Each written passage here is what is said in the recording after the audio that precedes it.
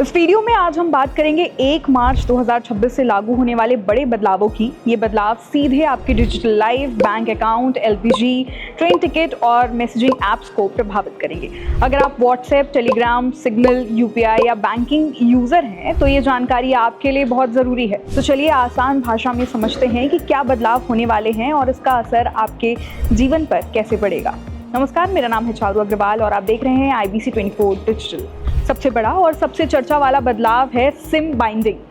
अब WhatsApp, Telegram और signal को आपके एक्टिव सिम कार्ड से जोड़ना जरूरी होगा। मतलब अगर आपका सिम कार्ड फोन में नहीं है या निकाल दिया गया है तो ये ऐप्स काम नहीं करेंगे। सरकार का मकसद है कि डिजिटल फ्रॉड और सिम स्वैप ठगी पर लगाम लगाना। हाल के सालों में सिम स्वैप धोखाधड़ी बढ़ी है, जिससे लोगों के बैंक अकाउंट्स और मैसेजिंग डेटा सुरक्षित नहीं थे। अब 1 मार्च से ये नियम सभी यूजर्स के लिए लागू होंगे और कोई ढील नहीं दी जाएगी। ध्यान रखें कि विदेश में रहने वाले यूजर्स को भी हर बार भारतीय सिम डालकर अपने अकाउंट्स को वेरीफाई करना होगा। कुछ सरकारी बैंक अब मिनिमम बैलेंस के नियम बदल सकते हैं। पहले अगर किसी एक दिन खाते में बैलेंस कम हुआ तो पेनल्टी लग सकती थी।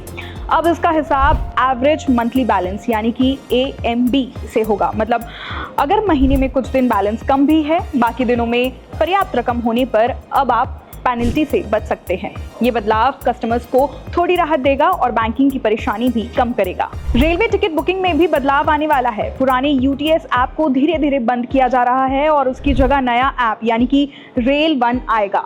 इस ऐप पर अब जनरल टिकट, प्लेटफॉर्म टिकट और लोकल टिकटिंग की सारी सुविधाएं मिलेंगी। अगर आप ट्रेन से सफर करते हैं तो यात्रा से पहले नया ऐप डाउनलोड कर लेना समझदारी होगी, वरना स्टेशन पर परेशानी हो सकती है। 1 मार्च से डिजिटल पेमेंट में भी बदलाव देखने को मिलेंगे।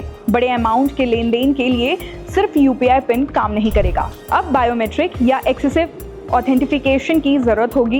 इसका मकसद है कि फ्रॉड रोकना और यूजर की सुरक्षा बढ़ाना। मतलब अगर आप बड़ी रकम ट्रांसफर करते हैं तो अब और सावधानी बरतनी होगी। किराएदार और मकान मालिक के लिए भी नए बदलाव आए हैं। नए एग्रीमेंट में डिजिटल रजिस्ट्रेशन जरूरी होगा। सिक्योरिटी डिपॉजिट अब 2 महीने के किराए तक सीमित रहेगा। इसके अलावा मकान मालिक बिना 24 घंटे नोटिस दिए घर में प्रवेश नहीं कर पाएंगे। इसका मकसद ये है कि किराएदार और मकान मालिक के बीच विवाद कम हो और सुरक्षा बढ़े।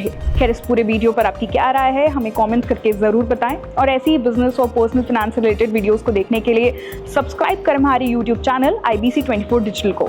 नमस्कार।